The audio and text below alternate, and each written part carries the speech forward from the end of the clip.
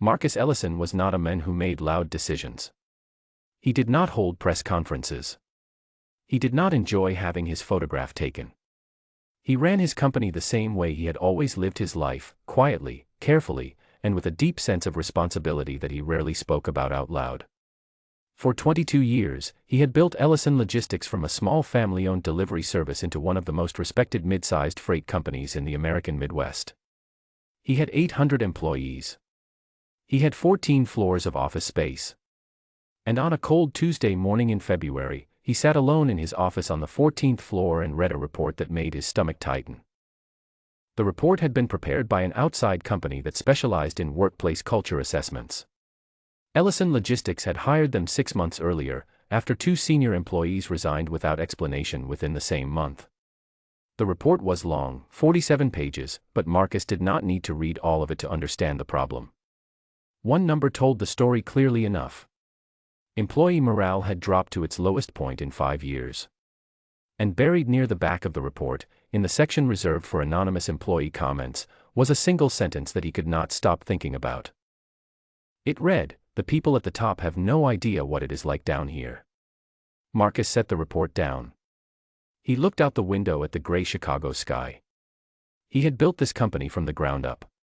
He knew every department by name, every floor by function. Or at least, he had thought he did. That one sentence made him wonder if the version of the company he carried in his mind was accurate anymore, or if it was simply the version that people showed him because he was the CEO.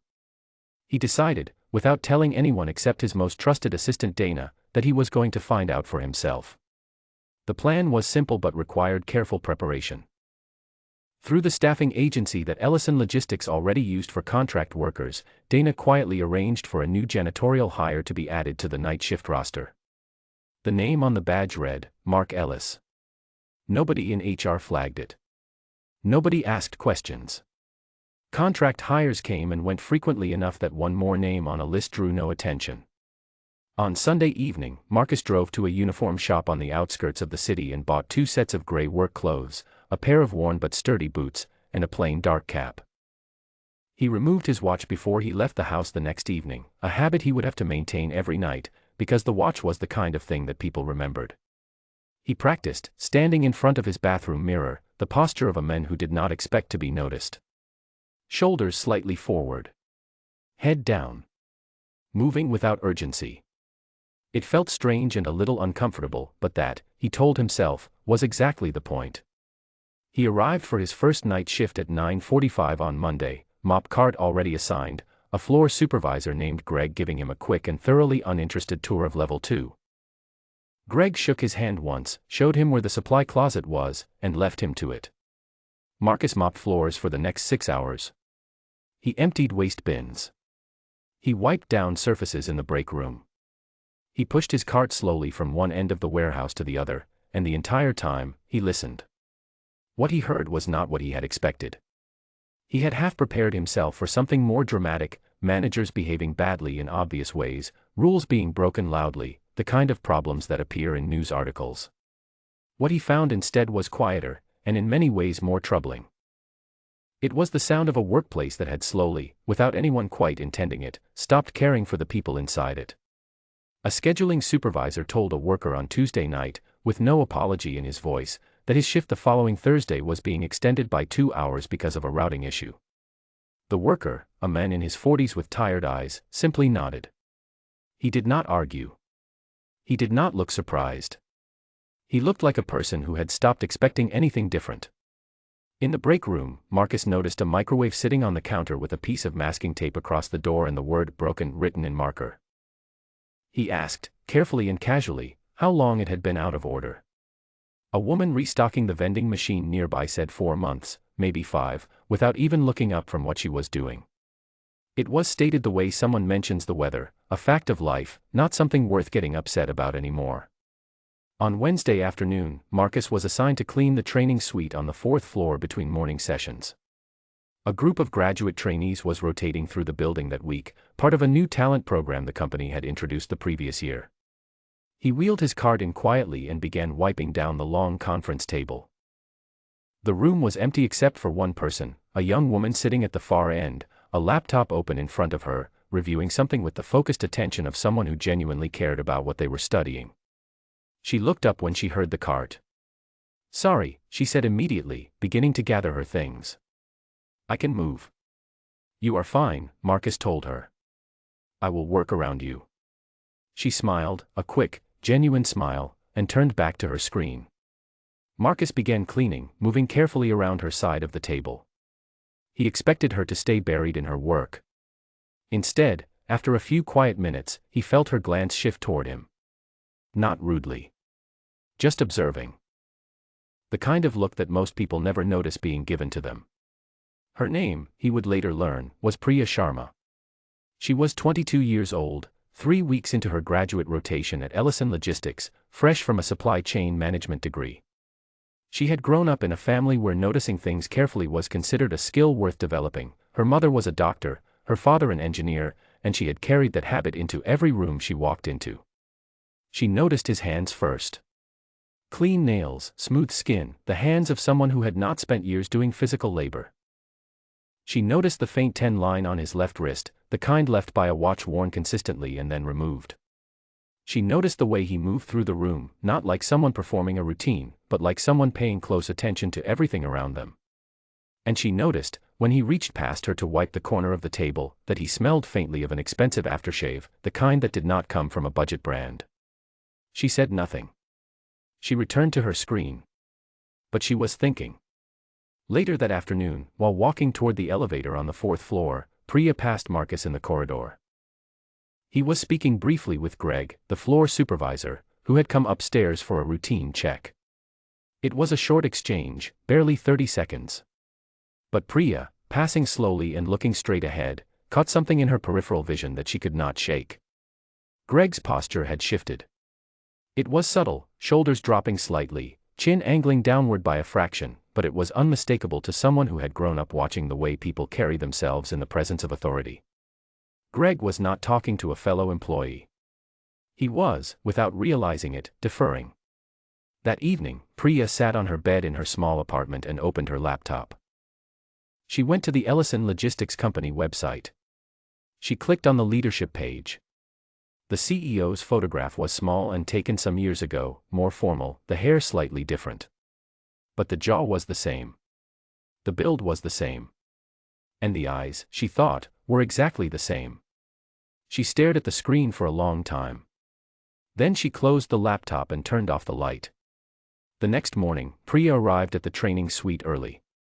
She had made 2 cups of coffee from the machine in the 4th floor corridor, one for herself, one in a plain paper cup that she carried with deliberate steadiness. Marcus arrived with his cart at 9:15, same as he had the previous day. She waited until he was close to her side of the room, and then she stood and walked over to him and set the second cup down near his cart, within easy reach. "I thought you might want one," she said simply. "I guessed black." Marcus looked at the cup. Then at her. Something in her expression was carefully neutral, not suspicious, not knowing, just calm and kind. "Thank you," he said. She nodded and turned back to her table. Then, just before she sat down, she paused. She was facing away from him when she spoke. "The microwave in the level 2 break room has been broken for about 4 months, she said, in a quiet and even voice. "The people on the night shift use that room the most.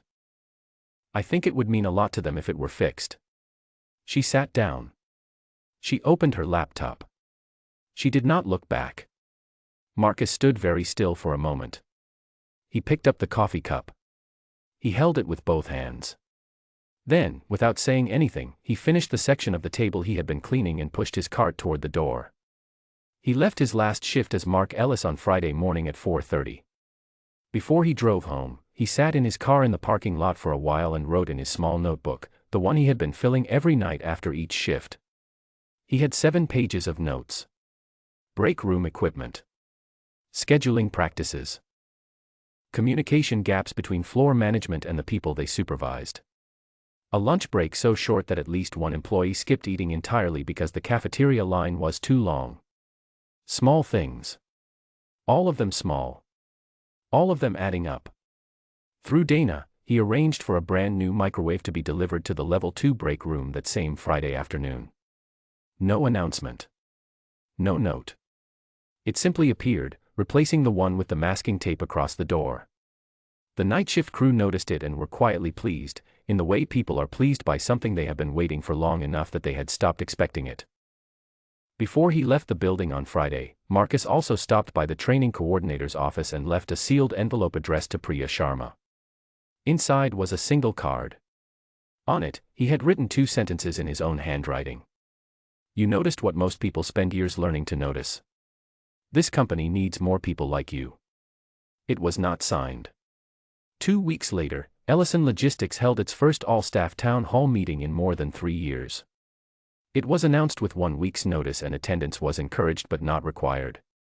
Nearly every employee showed up anyway, which Marcus later said told him more about the state of company culture than any report could have. He stood at the front of the room without notes.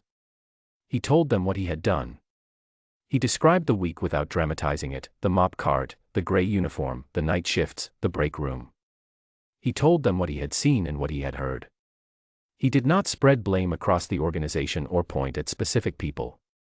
He said, plainly, that the responsibility for the culture of the company rested with him, and that he had failed in his duty to stay close enough to the truth.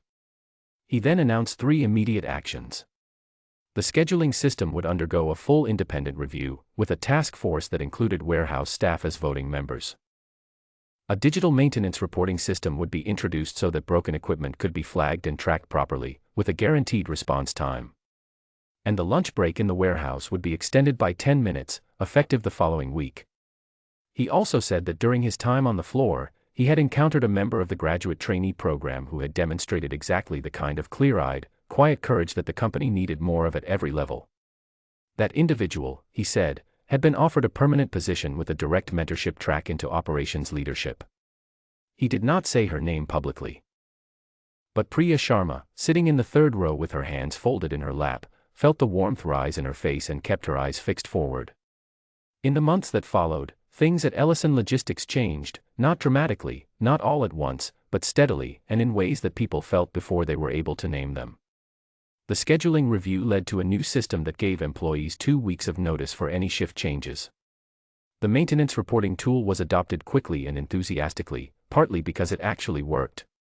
The extended lunch break was, by every account, the change that meant the most to the people who worked the long shifts on the warehouse floor. Priya began her permanent role in operations strategy the following quarter. She was the youngest person in the department by several years, and she asked more questions than anyone else in every meeting. Some of her colleagues found this refreshing. A few found it slightly unnerving. Marcus, when he sat in on those meetings, found it exactly right. About a year after the week Marcus had spent with a mop cart and a cap pulled low, a journalist from a regional business magazine visited Ellison Logistics to write a feature about its culture turnaround. At the end of a long interview, she asked Marcus what single experience had taught him the most about leadership. He was quiet for a moment. Then he said, learning that there is a version of your company that exists without you in the room. And that the only honest thing to do, once you understand that, is to go find out what that version looks like. He did not mention the janitor's uniform. He did not mention the mop. He did not mention a young woman who had set a cup of coffee beside his cart and spoken a single quiet sentence that had carried more weight than a 47-page report. But he thought about it. He thought about it quite often. And Priya, when she was asked the same question by a younger trainee a year after that, what makes a good leader, gave an answer that was simple and easy to miss if you were not listening carefully. Someone who is willing to be uncomfortable, she said, in order to find out the truth. And someone who does something with it once they do,